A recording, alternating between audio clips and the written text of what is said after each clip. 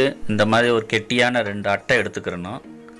இந்த அட்டையை எடுத்துக்கிட்டு அதுக்கு தேவையான பென்சிலு, ஸ்கேலு, எரேசரு, கம்மு என்னென்ன தேவையோ அது எல்லாமே எடுத்து வச்சுக்கிறணும். அதுக்கப்புறம் அந்த கெட்டியான அட்டையில் உங்களுக்கு தேவையான அந்த மீன் படத்தை வந்து ஃபஸ்ட்டு வரைஞ்சிக்குங்க. அவுட்லைன் வரைஞ்சி முடித்த பிறகு அதை கட் பண்ணி எடுத்துக்கிறணும். இப்போ ஒரு அட்டையில் வந்து கட் பண்ணி எடுத்துக்கிட்டோம்.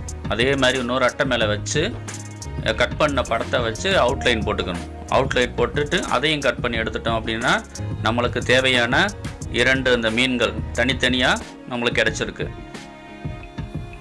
எடுத்த தனித்தனி அந்த மீன் இருக்குல்ல, அதை வந்து ஒரு மீனில் வந்து மேலேருந்து கீழே வரைக்கும் அளந்துக்கிட்டு, இப்போ ஒரு 8 சென்டிமீட்டர்னா ஃபஸ்ட்டில் மேலேருந்து ஒரு 4 ஒரு இடத்துல, இன்னொரு மீனில் வந்து கீழேருந்து ஒரு 4. கரெக்டாக பாருங்கள்.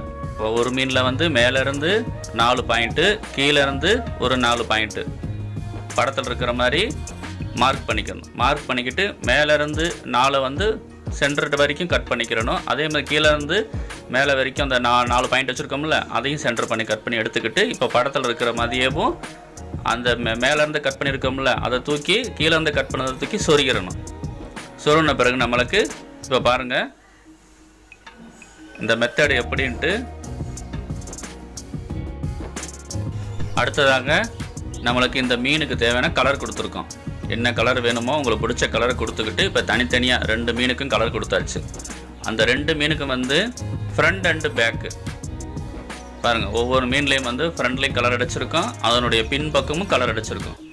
அதே மாதிரி இன்னொரு மீனுக்கும் ஃப்ரண்ட் பேஜில் கலர் அடிச்சிருக்கோம், பேக் சைடும் கலர் அடிச்சிருக்கோம்.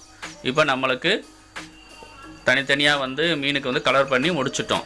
இப்போ முடித்த பிறகு என்ன பண்ணணும் அப்படின்னா, நம்ம இதை கட் பண்ணி வச்சுருந்தோம் பார்த்திங்களா, ஒரு மீனில் வந்து மேலேருந்து 4 பாயிண்ட்டும் கீழேருந்து ஒரு 4 கட் பண்ணதை சொருகணும்ல, அதே மாதிரி கலர் பண்ணி இப்போ சொருகிறோம் அப்படின்னா நம்மளுக்கு தேவையான இந்த மாடல் ஷேப்பு கிடச்சிது. காம்போசிட் ஆர்ட் அந்த மாடல் வேஸ்ட் மெட்டீரியலை பயன்படுத்தி எளிதாக வெரி சிம்பிளாக வந்து நம்ம பண்ணுறதுக்கு உண்டான அந்த காம்போசிட் ஆர்ட் மெட்டீரியலும் நம்மளுக்கு அந்த ஃபிஷ் ஷேப்பு கிடச்சிருக்கு.